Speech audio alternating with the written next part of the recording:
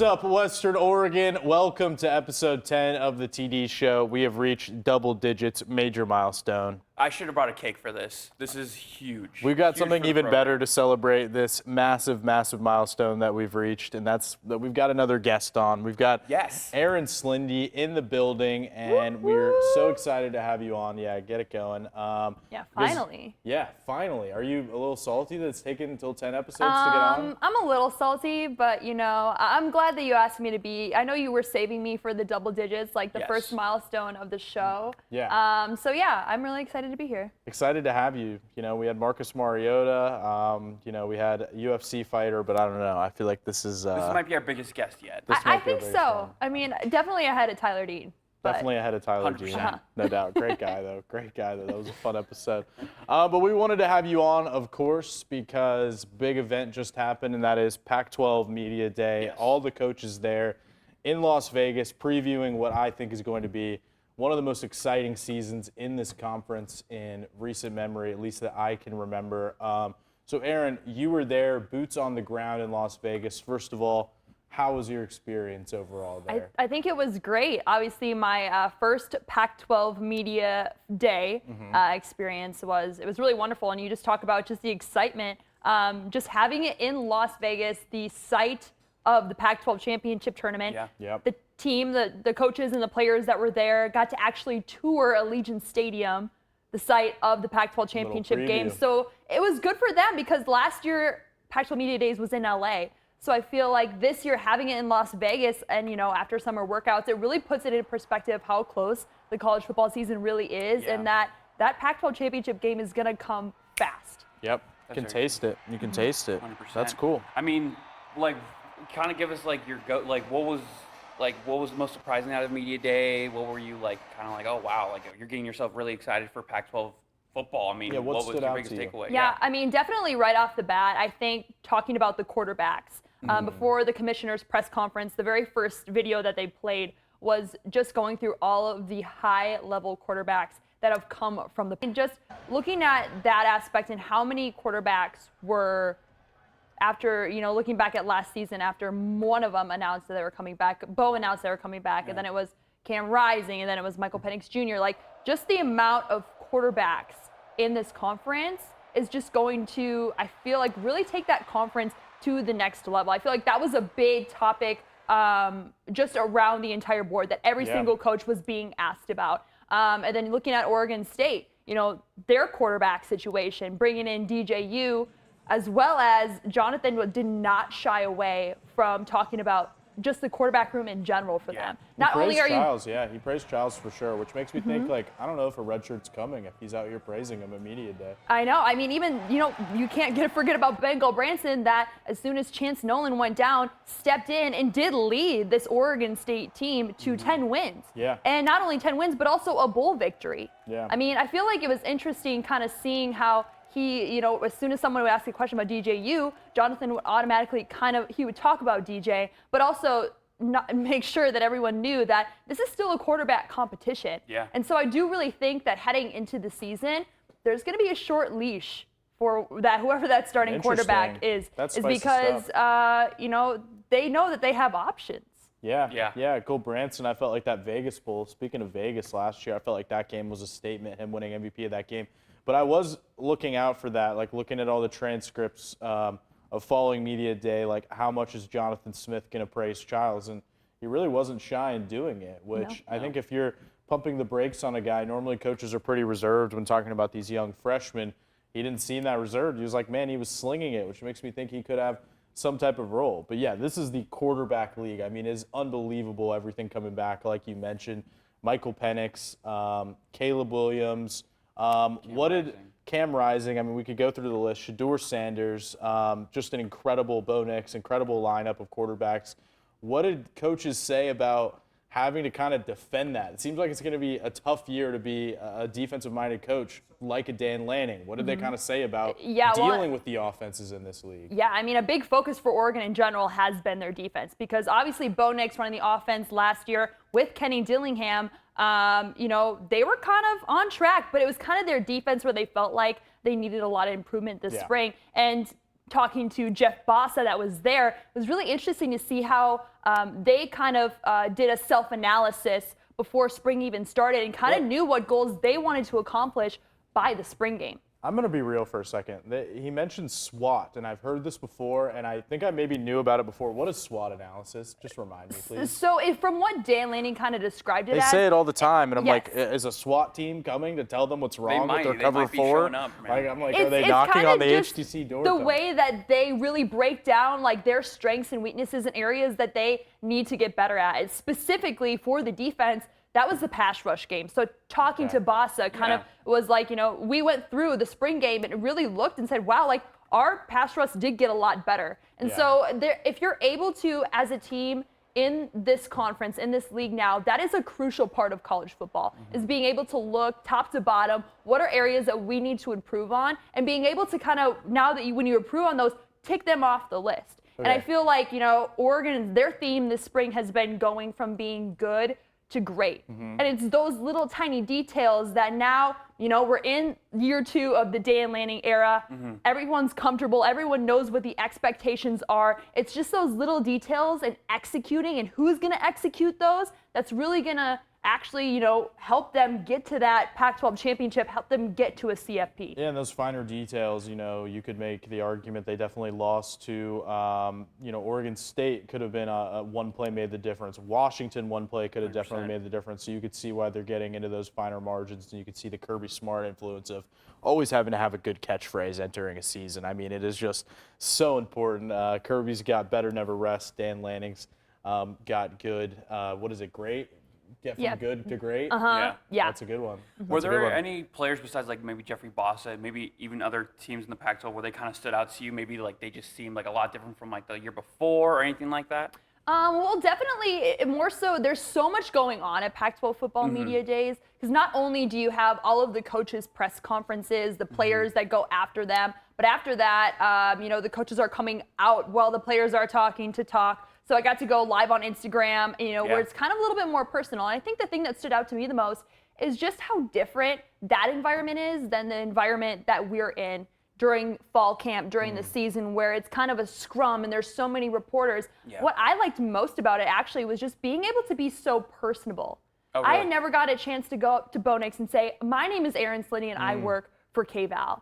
And and just be able to introduce yourself. You don't get that opportunity. Same thing with Dan Lanning, Jonathan Smith, like getting to talk to Anthony Gould and just kind of like almost like kind of not even just ask them questions while you're recording, but also just like, how are you doing? How excited are you to be here? Like you guys were in Vegas, like how fun is it to be back? And talk to them on a personal level versus this rushed environment where it starts to feel like us versus them. Kind of coalescing a little bit. But kind of going off of what you said too, I also got to talk to Kenny Dillingham, not as an offensive coordinator, but as a head coach. And just seeing how much I feel like he has grown into that role and kind of what he sees now from being a head coach and what he's looking for. One of the best things I think he said was just his relationship with Bo. And I asked him, I'm like, what characteristics kind of are you looking in a quarterback that you found in Bo? And he was, just went on to say how many great things that he thinks Bo does, that he is still looking, his quarterback competition is still going on too. He said, I shouldn't have to come out and name a quarterback. Everyone on the team should know who the quarterback is. Oh, wow. So they're still, I think, struggling in that aspect to find out who's going to be their guy. But in the future, as Kenny leads that Arizona State program, what are going to be things that he's looking for? Because I think you could just tell him and Bo's connection and relationship, even though Kenny's not in the program anymore, is still there. While Bo was talking on stage, Arizona State was right after, and Kenny came right out on like kitty corner from it and just standing there just watching him. You can just tell just so much admiration, just both ways going for them. And super exciting to think about, Oregon will be going there to play here in less than 2 months. 3 months? Yeah, that'll be a big one at the end of the season. Not sure how good Arizona State will be, but that'll be quite the game in terms of storylines. Kenny Dillingham kind of knowing what the Ducks are trying to do, and vice versa could make for an interesting matchup. And that's another team, even the teams that don't have a clear set, like elite quarterback, they still have like an interesting situation. Like that's an interesting situation bringing in Drew Pine from Notre Dame and then bringing in Jalen Rashada, a 5-star freshman. So it seems like every team in the league has an interesting situation at signal caller. So Erin, anything funny that you saw? Any little side encounters that weren't on the record? Any fun things that happened? Give us some highlights here. Well, I would say too, I came from Phoenix where I worked for PHNX, and they were also at Pac-12 Media Days covering both Arizona and or Arizona State. So it was really fun to see them again. And they said that, they have kind of like a good relationship with Kenny and their coaches and players, and they actually gave them certain sayings. Okay. Or words to say during their press conference, and if they did, they were like awarded on like a point scale to see like how many points. They made it like a competition. So I thought that was pretty funny. I'm not sure I listened to Kenny's conference. I'm not sure if Kenny used any of the words. I didn't hear anything kind of out of the ordinary, but I thought that was pretty cool. And I felt like it's a way to kind of keep it fresh and keep it comfortable, but also be very like aware of what the players are saying, because I do feel like in that atmosphere, I mean, players are answering the same questions over and over and over again. It's a long, long day for them, not only having to do the Pac-12 press conference, but it's talking to media, different types of multimedia afterwards, and going through Radio Row and going into breakout rooms and talking to ESPN and all the college football stations that are within the breakout rooms, plus coming and doing one-on-ones with us in different, also Pac-12. That starts to melt your brain a little bit, answering all the same questions, saying all the same things over and over again. It's like when they have us do like 7 shows in a row. It's just like I can only say, "What's up, Western Oregon?" You're just so burnt out. So many times. A couple more for you, because I know you got to leave soon, but I guess we got to cover our bases on this. It's a topic that's on a lot of people's minds. Like, what was kind of the latest on the media deal and everything coming up with that? Yeah, from what I could kind of sense and what the commissioner made it sound like is that they have options. I don't think they know exactly which option they're going to go with. What? Is it Quibi? CW. They don't know which option they're going to go with, but Sling TV. they were very, very, they boasted a lot about the conference and how confident they are in the conference, and that the conference deserves a better deal. They said the longer they feel like they keep waiting, their options continue to get better. And so obviously at a big event like this, there's a lot of questions and a lot of concern in terms of the future of the conference. And when you don't have that media deal, it's kind of a little worrisome for the future of the conference. But the commissioner was very, very confident, and the option was going to be released soon. And it wasn't going to be that day, but to keep an eye out for it, and that they do have options that they like. They just want to make sure that they are taking everything into consideration before they make that final decision. Were there any talks? Because I know they might have mentioned it at least like once, but any talks of any teams they're inviting to the Pac-12 with UCLA and USC leaving? Yeah, some media members did ask about just if they had any schools at the top of their head that might be. But I think Alabama. I think the Pac-12 still has hopes to be one of those 2 or 3 conferences that is really at a high level. They're not just going to accept anyone. There has to be certain standards that schools have to meet, and if they don't meet those standards, then I'm sorry, you can't be in the Big 12. It's like, if you're dating someone and you just swipe right to every single person, you're gonna be there's gonna be some options that you might not be right for you. So I think the Pac-12 is just really taking into consideration every single characteristic about a school before they decide to let them in, because I think talking to schools about it and recruiting, the schools are not interested. Oregon and Oregon State specifically, talking to Dan and Jonathan about it, they don't care really as much as USC and UCLA are leaving. They're more important. They care about how can we make ourselves better, because we know if we are a national ranked program, we are going to get recruits. Yeah. We know that teams are going to want to play us. If we can keep that competitive level. Yeah. So their focus really isn't on that, but more so of, how can we keep our school and the teams that are in our conference right now competitive. Yeah, they're focused on the here and now. It's like when I'm eating a Frisco burger at Jackalope, we just got to focus on here and now in the moment before we can move forward to anything else. Before we can move forward with you, Erin, when I was in Vegas the last time at the Las Vegas Bowl, I was running the blackjack table. What were you doing? What was your signature gambling thing that you were doing? You know, What were I up to? have hit the blackjack tables before in Vegas, but I didn't have as much money saved up as I should have to really go to Vegas and do the whole blackjack experience. It's Also, tough. if I had a little bit more time, I think I would have gone to Fremont Street. Okay. Definitely, those $5 tables. Maybe I should have put some. There was $15 hands a little bit earlier in the morning. If you want to gamble, that's the time to do it. Earlier in the morning, the tables are cheaper. Early bird Which gets the means worm. that you could Exactly, get in like always. 7 rounds of blackjack and lose $100 instead of 4 rounds of blackjack and lose $100. That's true. It feels like So- there's a lot of $50 tables Yeah, out there. but I feel like about- Vegas food is so good. What was your favorite meal Like there? I could easily for a week go on a Vegas food tour. So I mean that's I think like when Oregon and Oregon State are both playing in the Pac-12 championship in like it. December. Early prediction. I like it. Be on the lookout for an Erin Slinde food tour.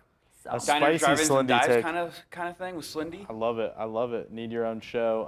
That was good stuff, Slinde. I like that spicy prediction at the end. I really think this Pac-12 football season is going to be incredible, and everyone nationwide should be more hyped up, I think, 100%. about this conference and what's happening with it. I think it's the second best conference in the country. I mean, I know the Big Ten is going to be pretty good with Penn State, Ohio State, and Michigan, but outside that top 3, I don't know that it has the depth of everything that we're going to have in the Pac-12. So it could I be mean, it's very in the fun top to see. 2 for best conferences, and it's not 2. So I like it. Conference of Champions. It's beautiful. The It Conference is of Champions. Conference of Champions and definitely Where's the Bill Conference Walton? of Quarterbacks.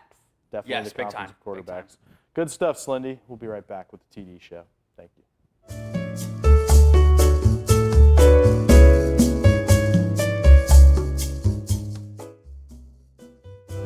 Okay, welcome back to episode 10 of the TD show. Great stuff there from Erin Slinde. Boots 100%. on the ground in Las Vegas, having a great time at Pac-12 Media Day. Storylines galore. So as we get closer, fall camp starting next week. We're going to continue to preview the season as we Yes. get closer and closer to this thing. Also pick up our countdown of most important players on an upcoming show as well. So what else do we need to talk about, Danny, before we get out of here? I think one last thing is, over the weekend we had a huge little work thing. We went to Camp Putt Putt, which is a mini golf course. Yes. And you really get to see the pure raw athleticism of a lot of our coworkers. It was inspiring to see. I wore a tucked-in polo, had a nice little hat on. I was were going for dressed my to the nines. Wyndham Clark winning Yeah. the U.S. Open. I didn't score like him, though. I actually had one of the worst scores there. Well, you did have a 68. It's just that in putt-putt, that's not good. You lost a couple balls in the water. I like the way you kept fighting through adversity, not letting it get you down too much, You showed some ingenuity, some creativity, picking up the ball sometimes and just